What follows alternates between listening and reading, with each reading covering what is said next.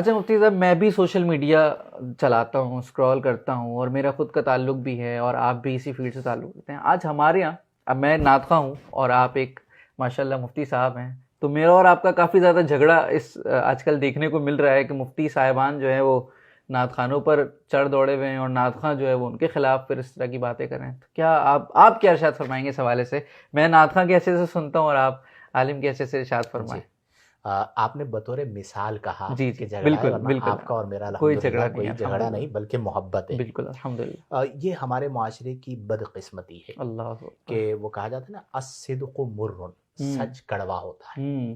آپ مجھے بتائیے کہ علماء جی جو کہ اطباء القلوب ہیں، جی جن کے منصب کا تقاضا یہ ہے کہ وہ سمجھائیں جی جہاں پر غلط ہو رہا ہو، بے شک. اب وہ سمجھائیں، یہ ان کے منصب کا تقاضا ہے. تو جنہیں سمجھایا جا رہا ہے انہیں سمجھنا چاہیے یا نہیں سمجھنا چاہیے؟ بالکل سمجھنا چاہیے. تو اس لیے اسے محاذ آرائی کی طرف نہ لے کر جائیں. دیکھیں جو آپ کے ساتھ مخلص ہے وہ آپ کو سمجھائے گا. بے شک. تو ہمارے ہاں علماء کرام سمجھا رہے ہیں ان چیزوں میں کہ جہاں پر واقعتاً خرابیاں ہیں، جہاں پر صرف بغض کی وجہ سے کوئی مخالفت کرتا ہے، میں اس کی تائید نہیں کرتا، لیکن کچھ چیزیں ایسی ہیں. مثال کے طور پر میں آپ سے پوچھتا ہوں کہ نعت خواں کو، یعنی نعت خوانی کو پیشہ بنانا درست ہے؟ نہیں، بالکل بھی نہیں. آج آپ مجھے ایمانداری سے بتائیے کہ لوگوں نے نعت خوانی کو پیشہ بنایا ہوا ہے یا نہیں بنایا ہوا؟ بنایا ہوا. لفافہ مانگا جاتا ہے یا نہیں مانگا جاتا؟ بالکل مانگا جاتا ہے. پہلے سے ایڈوانس لیا جاتا ہے یا نہیں لیا جاتا؟ بالکل لیا جاتا ہے. اور لینے کے باوجود برسر محفل مائک پر جھوٹ بولا جاتا ہے یا نہیں بولا جاتا کہ میں نے آج تک 1 روپیہ نہیں لیا؟ بالکل بولا. اب ایسے لوگوں کا کیا کریں کہ آپ ایک طرف شرع کو پامال کر رہے ہیں، پھر آپ کو کوئی عالم دین، آپ جن کی طرف اشارہ کر رہے ہیں، میں سمجھ رہا ہوں کہ وہ نعت خوانوں کو اکثر جو ہے نا وہ سمجھاتے رہتے ہیں، اگرچہ انداز تھوڑا سا ان کا غصے والا، سختی والا ہوتا ہے، لیکن آپ جو غلط کر رہے ہیں اس کی تو کوئی جسٹیفیکیشن نہیں ہے. بالکل. اس چیز کو ختم کریں. پھر آپ مجھے بتائیے کہ نعت رسول مقبول ایک ادب، ایک احترام کا مقام ہے. بالکل. آج جو نعت خواں حرکتیں کر رہے ہیں، جس انداز کے اندر وہ اچھلتے ہیں، کودتے ہیں، آوازیں کستے ہیں، اور جس انداز کے اندر وہ ہاتھ ہلا رہے ہوتے ہیں اور جگہ لگا رہے ہوتے ہیں، کیا یہ ادب نعت خوانی کے مطابق؟ بالکل بھی نہیں. یعنی ایک لمحے کے لیے تصور کریں کہ آقا کریم علیہ افضل الصلاۃ و تسلیم اس کلام کو سن رہے ہو تو آپ اس طرح انگلی دکھاتے ہیں؟ بات بات پر آپ انگلی دکھا رہے ہوتے ہیں، بات بات پر آپ اشارہ کر رہے ہوتے ہیں.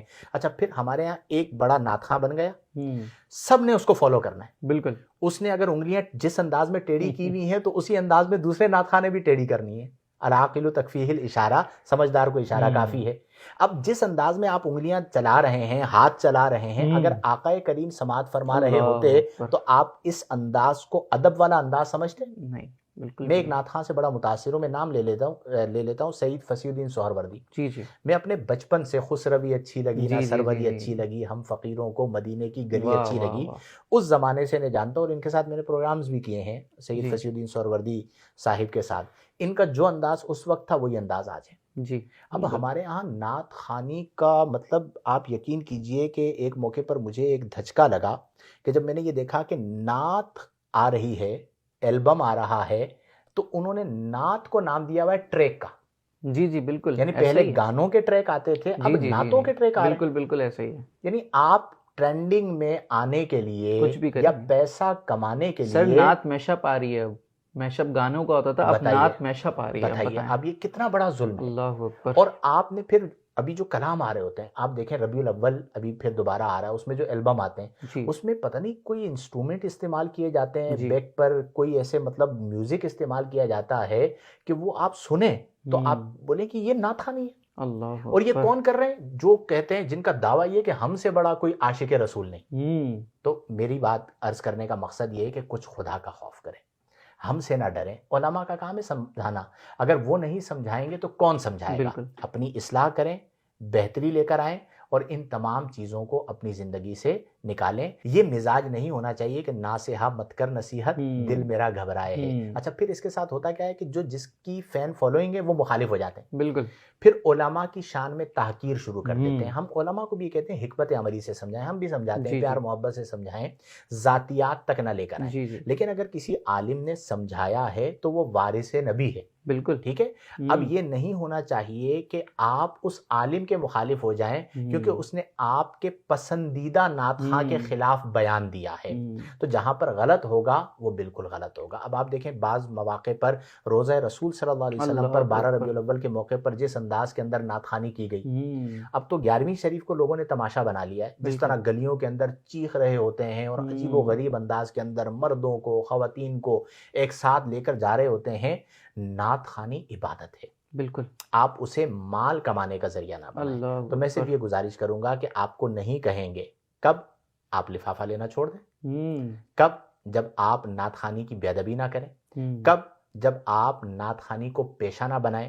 اور اس میں بیڑا غرق کون کرتے ہیں؟ جو یہ مشیر وزیر ہوتے ہیں، میں انہیں مطلب بعض اوقات سمجھانے کے لیے کہہ دیتا ہوں چمچے، جن کے کچھ نہیں آتا. بالکل. نہ انہوں نے علم حاصل کیا، نہ دینی علم حاصل کیا، نہ دنیاوی علم حاصل کیا، نہ انہیں کسی اور چیز میں مہارت حاصل ہے. انہیں ایک چیز میں مہارت حاصل ہے، وہ ہے چاپلوسی. ٹھیک ہے. اب وہ چاپلوسی کر کے اپنا نام بناتے ہیں، پھر وہ کہتے ہیں پہلے اکاؤنٹ میں اتنے پیسے بھیجو، پھر رویے بدل جاتے ہیں، تکبر آ جاتا ہے. تو پھر اس طرح کی چیزیں ہوں گی تو علماء کا کام ہے سمجھانا، وہ سمجھائیں گے. تو پھر آپ کو برا نہیں لگنا چاہیے، آپ نصیحت کو قبول کریں اور اچھی چیز کو اپنائیں. بالکل. میرے والد صاحب ایک کہتے ہیں نا کہ پہلے کے دور میں دل جھوما کرتے تھے، اب ہاتھ جھومتے ہیں. اور آپ دیکھیں دل جلتا ہے. بالکل کہ مطلب بالکل آپ ایکٹر ہیں یا نعت خواں؟ اللہ اکبر. یعنی آپ کے ایکشن ہی نہیں ختم ہو رہے. اب تو بڑی راتوں کے اندر بڑی محافل ہوتی ہیں، اس کے اندر ذوق کیا ملا؟ لاکھوں روپے آپ نے صرف کر دیے اور بندے جو آئے ہیں ان کی توجہ گنبد خضرا کی طرف، روضہ رسول کی طرف، ذات مصطفی کی طرف، مصطفی کریم کی طرف گئی ہی نہیں. وہ بس آپ کی حرکتوں کو دیکھ رہے ہیں اور اسی میں خوش ہیں. تو آپ خود باز آئیں اور لوگوں کو رسول اللہ کے قریب لے کر آئیں تاکہ کل قیامت کے دن یہ نعت خوانی آپ کی نجات کا ذریعہ بن جائے. آمین.